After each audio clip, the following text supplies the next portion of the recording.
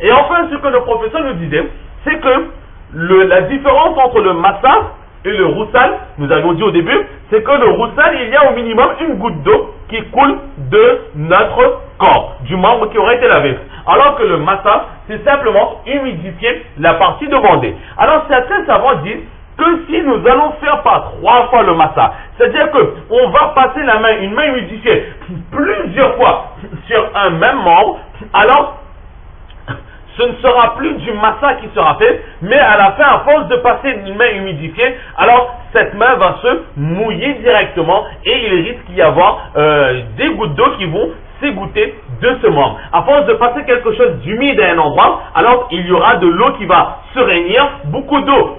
Beaucoup de fois mettre une main humide à plusieurs reprises sur un même endroit, cela peut se transformer en un lavage de cet endroit ou de ce membre. C'est pour cela que nos professeurs disent que si on va faire plusieurs fois le massa, alors ce massa ne sera plus massa, mais ce massa va se transformer en roussal, en lavage. Or, dans les récits, il est bien dit, le massa humidifié et trop humidifié, cela s'appelle laver. C'est pour cela qu'ils disent qu'il ne faudra faire le massa qu'en une seule fois. Là, c'est sur le nombre de fois qu'il faut faire le massa. Toujours au sujet du massa, il y a un troisième maslak, c'est que au moment de faire le massa, est-ce qu'il faut prendre une nouvelle eau ou se satisfaire de l'eau que nous avons? C'est-à-dire qu'en général, on a lavé nos bras et nos mains sont humides. Alors souvent, lorsqu'on fait le wudu, on va trouver 2 catégories de personnes. On va trouver une catégorie de personnes qui, après avoir lavé les mains, ils vont fermer le robinet et avec les mains humides déjà, ils vont faire le massa de leur tête. Il y a d'autres personnes qui vont mouiller de nouveau leurs mains, ensuite, c'est-à-dire ils vont remplir leurs mains d'eau par exemple, et ensuite ils vont jeter toute l'eau dans le lavabo, fermer le robinet et faire le massa. Alors la question se pose, quel est l'enseignement de l'imam Abu Hanifa, le prophète sallallahu alayhi wa sallam, comment il le faisait? Lorsqu'on fait le massa, est-ce qu'il faut de nouveau laver notre main avant de faire le massa, ou est-ce que les mains mouillées, les mains qui auront été mouillées lors du lavage des bras, ces mains mouillées-là sont suffisantes pour le massa et il n'est pas nécessaire de nouveau de prendre une nouvelle eau. Imam Abu Hanifa, lui, il dit qu'il est sunna de prendre une nouvelle eau. C'est-à-dire que faire le massa avec les mains qui auront été lavées lors du lavage des bras, ce massa-là sera correct.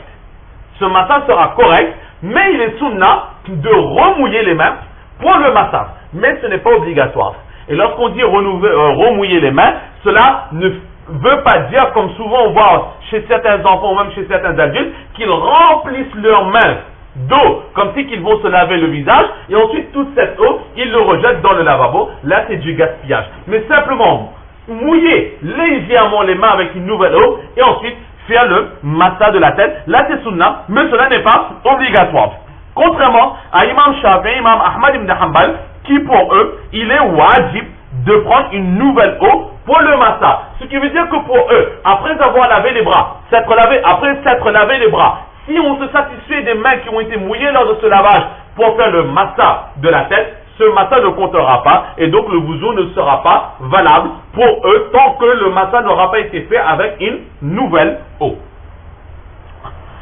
Bref, sur quoi est-ce que cette divergence se base? Eh bien, un peu plus tard dans le livre d'Abu Dawud Sharif, il y aura un récit dans lequel cela sera un peu plus expliqué. Alors, lorsque ce récit viendra, nous allons donner les preuves de chacun et nous allons un petit peu plus, s'il y a lieu, d'approfondir ce hadith et ce massa. Alors, nous allons le faire. La quatrième chose à voir dans le massa, c'est la façon d'accomplir le massa. Comment est-ce qu'on fait le massa de la tête?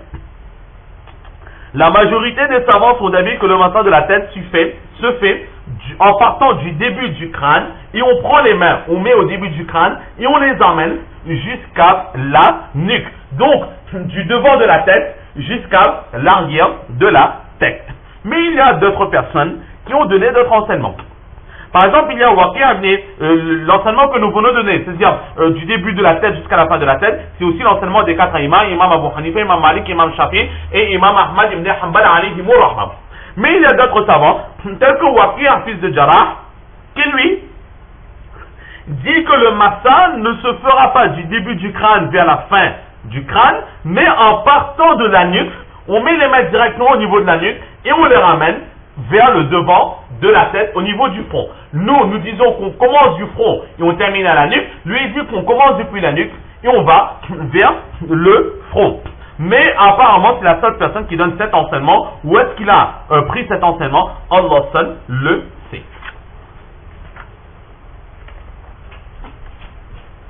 Ensuite, nous avons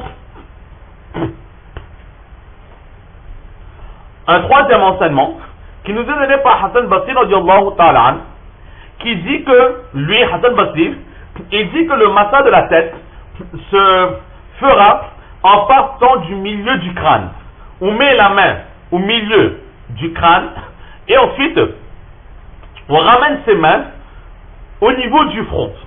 Et lorsque nous sommes arrivés au front, on ramène ses mains jusqu'au niveau de la nuque. On met les mains au milieu de la tête, au milieu du crâne, on les avance jusqu'au front et ensuite on recule pour repartir jusqu'à la nuque. Là, c'est l'enseignement de Hassan Basri radiyallahu ta'ala. C'est pour eux la façon de faire le massa de leur tête. Nous avons vu comment est-ce que nous le faisons. Maintenant, Mufti Aqil alayhi rahman, il nous donne un enseignement. Il y a deux savants, l'auteur du Munya et l'auteur du Muhit. Ils ont écrit dans leur livre que la façon de faire le massa sera un peu comme nous apprenons de coller l'auriculaire, l'annulaire et le majeur entre eux, et on va détacher l'index et le pouce, on va les laisser à part. Ensuite, on va prendre ces doigts-là, donc en collant les deux annulaires ensemble, les deux auriculaires et les deux majeurs ensemble, cela formera comme un triangle. On va le mettre au milieu de notre front et on va tirer ses mains jusqu'au niveau de notre nuque. Et ensuite, les côtés des mains qui longent en direction de l'annulaire, c'est-à-dire nous avons au niveau des mains là où il y a le pouce, le côté opposé où il y a le pouce. Donc c'est là où il y a l'annulaire. Alors ces deux côtés-là, on va utiliser ces deux côtés pour revenir en passant au-dessus des oreilles. Donc on met, on réunit les 6 doigts, on fait tout le milieu de la tête en allant jusqu'à la nuque, et ensuite de la nuque on va revenir en avant, et pour cela on va utiliser les côtés les côtés des mains où se trouve l'auriculaire. Ensuite, avec les index, on va faire le massage de l'intérieur des oreilles, et avec les pouces, on va faire le massage de l'extérieur des oreilles, et avec les deux dos des mains, on va faire le massage de la nuque. Là, c'est l'enseignement que nous avons toujours eu et que deux savants nous ont expliqué. Pourquoi est-ce qu'ils partent sur ce principe? Parce que nous avions déjà vu précédemment ce qu'on appelle le maï mustamal. Une eau qui aura déjà été utilisée pour le wuzu, cette même eau ne peut plus être utilisée une deuxième fois pour laver un autre membre. Alors ces savants ont dit que si par exemple on prend la totalité de la main, des deux mains, on met au niveau du front et on les emmène jusqu'à la nuque et on revient, ensuite avec ces deux mêmes doigts, on fait le massage des oreilles, alors l'eau qui aurait été utilisée pour le massage de la tête, cette même eau est utilisée pour le massage des oreilles par exemple.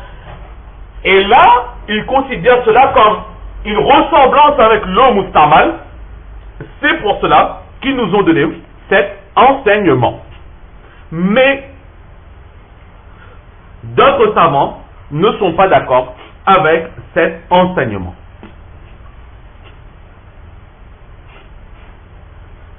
En l'occurrence, il y a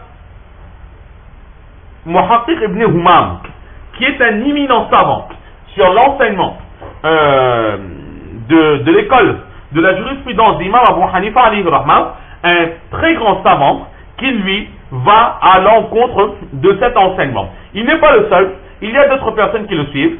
Ils disent que cet enseignement que nous avons eu ne se trouve dans aucun récit, dans aucun hadith, dans aucun récit, nous voyons que le prophète sallallahu alayhi wa sallam, il nous a donné cet enseignement de faire le massage de cette façon. Donc Ibn Humam, il est très clair, il dit que là, c'est tout simplement rendre difficile quelque chose qui n'a pas été ordonné ni dans les hadiths, ni dans les Qurans. ni dans le Coran. Donc lui, il dit simplement, du moment que nos mains sont humidifiées et qu'on a passé ses mains sur la totalité du crâne et qu'ensuite on a fait avec le massage des oreilles, etc., cela sera amplement suffisant. Et le Mufti Aqil, il suit l'avis d'Ibn Humam, il dit que pour le massage, il n'est pas obligé de faire comme nous avons toujours appris, mais du moment qu'on a passé les mains, quelle que soit la façon humide, sur la tête, cela sera suffisant, car dans aucun hadith, selon Ibn Humam, cet enseignement n'a été donné. Donc chacun pourra agir selon sa conscience. Si nous voulons rester sur cet enseignement que nous avons eu, nous sommes libres, le massage sera toujours accepté, Inch'Allah. Et si nous voulons suivre Ibn Humam et Mufti Aqil et faire le massage tout simplement en passant la totalité des mains sur le crâne et ensuite on fera le massage des oreilles, etc., Inch'Allah, ce massage aussi sera valable. Il n'y a sur Ibn Humam dedans aucune sunna. Si l'on fait d'une façon, on n'ira pas à l'encontre d'une sunna, et si on fait de l'autre façon, on n'ira pas non plus à l'encontre d'une sunna, car en apparence, selon les recherches d'Ibn Humam, il n'y a aucun récit, aucun hadith qui nous donne cet enseignement. Donc voilà ce qu'il y avait à dire sur le massage de la tête. Ensuite, on continue de ce hadith. Après le massage, donc, Hazrat Osman, qu'est-ce qu'il a fait? Summa masaha ra'sahu, il a fait le massage de sa tête. Summa ghasala qadamahu al-yumna salatan, summa al-yusra mithla dhalik. Il a ensuite lavé ses pieds par 3 fois, le pied droit et ensuite le pied gauche de la même façon par 3 fois. Au sujet du lavage des pieds, il y a une divergence entre les savants. Les 4 imams, Imam Abu Hanifa, Imam Malik, Imam Shafi, Imam Ahmad ibn Hanbal, ils sont tout simplement d'avis que les pieds doivent être lavés, donc il faut obligatoirement qu'il y ait de l'eau qui s'écoule de nos pieds lorsqu'on les aura lavés, et il faudra évidemment bien laver aussi les chevilles. Mais il y a d'autres savants qui eux sont d'avis que ce n'est pas notre enseignement à nous, ni l'enseignement des 4 imams, ils sont d'avis qu'il n'est pas nécessaire de laver les pieds, mais faire le massage des pieds, cela sera suffisant. Donc une main humide, on passe un peu partout sur le pied, cela sera suffisant. Mais Imam Abu Daoud, il est aussi contre cet enseignement, les 4 imams sont contre cet enseignement, c'est pour cela que un peu plus tard, Imam Abu Daoud, il va mettre un chapitre spécifique, Babu Rosli Zijli, que il va mettre un chapitre qui s'appelle le chapitre sur le lavage des pieds, où là il va aller à l'encontre de cet enseignement qui dit que le massage sera suffisant. Lorsque ce chapitre débutera, nous allons voir les divergences et nous allons voir les preuves de chacun. Là, c'est la façon de faire le wuzu que nous a enseigné Hazrat Osman radiyallahu ta'ala an. Après cela, qu'est-ce qu'il